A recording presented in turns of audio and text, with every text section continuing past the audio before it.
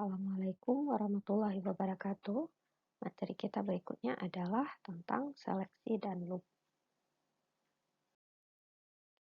Seleksi atau struktur keputusan. Nah, di dalam membuat kode program itu pasti banyak sekali tempat kita memerlukan suatu decision atau menentukan suatu keputusan. Nah, pada Java ya, setiap kita menggunakan suatu struktur keputusan ini, maka dia akan melibatkan tipe data boolean. Nah, jadi tipe data boolean ini yang digunakan hanya memiliki dua nilai saja, yaitu true dan false.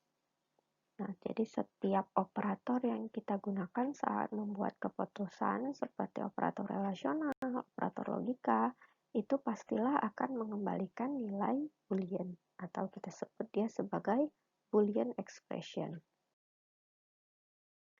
Nah, contohnya misalnya pada operator relasional ada sama dengan 2 kali. Nah, contohnya integer i sama dengan 1, i sama dengan 1, maka pada pernyataan ini akan mengembalikan nilai boolean yaitu true.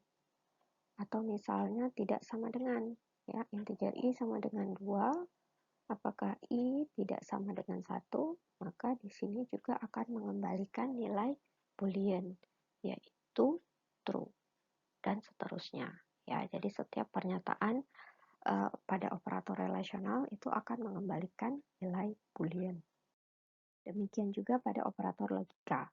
Operator logika itu ada AND, OR, dan NOT.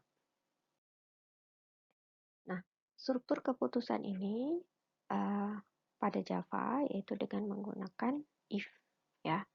Ini yang paling sederhana sekali, hanya satu pernyataan saja, ya, formatnya if ada boolean expression, nah kemudian apa yang akan dilakukan jika benar. Nah, contoh if x tidak sama dengan y, maka dicetak x and y are not equal.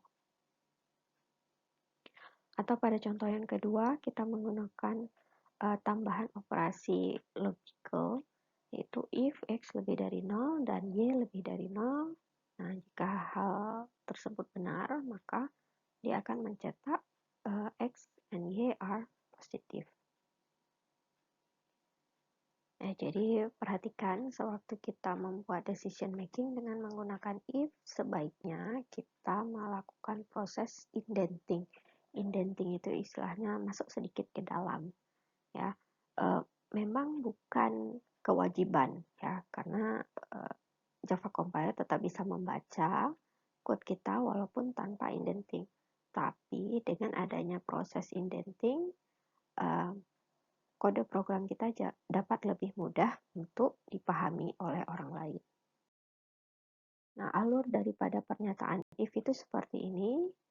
Jadi, jika ada boolean expression, ya, ini akan diuji benar apa salah. Jika benar, true, maka statement tersebut akan dilakukan. Jika false, maka tidak akan dilakukan. Berikutnya decision making dengan menggunakan if else. Nah, jadi ada if, jika if boolean expression-nya benar, akan dilakukan bodinya. Nah, namun jika salah, maka dia akan melakukan bagian dari else. Contohnya, if x kurang dari 0, nah, jika memang benar x itu adalah kurang dari 0, maka yang dicetak adalah x is negative. Nah, tapi jika x itu tidak kurang dari 0, maka yang tercetak adalah x is non-negative. Nah, alur pernyataan daripada if else itu seperti ini. Jadi ada dua arah, ya, ada dua arah di sini. Dari pernyataan boolean expression-nya diuji. Jika true, maka dia akan mengerjakan statement pertama. Jika false, maka dia akan mengerjakan statement yang kedua. Nah, kemudian struktur decision making berikutnya adalah if, else, if, else, if, else, if, dan terakhir diakhiri dengan else. Nah, formatnya lebih kurang seperti ini. Nah, penggunaannya ini contohnya ada kelas multiseleksi. Jadi di sini berdasarkan nilai angka yang dimasukkan, maka kita akan menentukan nilai grade-nya atau nilai angkanya. Jadi kalau nilai angka dimasukkannya 4, maka nanti akan dicetak A. Jika nilai angkanya itu 3, maka akan dicetak sebagai B. Sehingga yang terakhir sekali, ya selain daripada itu else, jika nilai angkanya itu selain daripada 0 hingga 4, maka yang tercetak adalah nilai Anda tidak valid.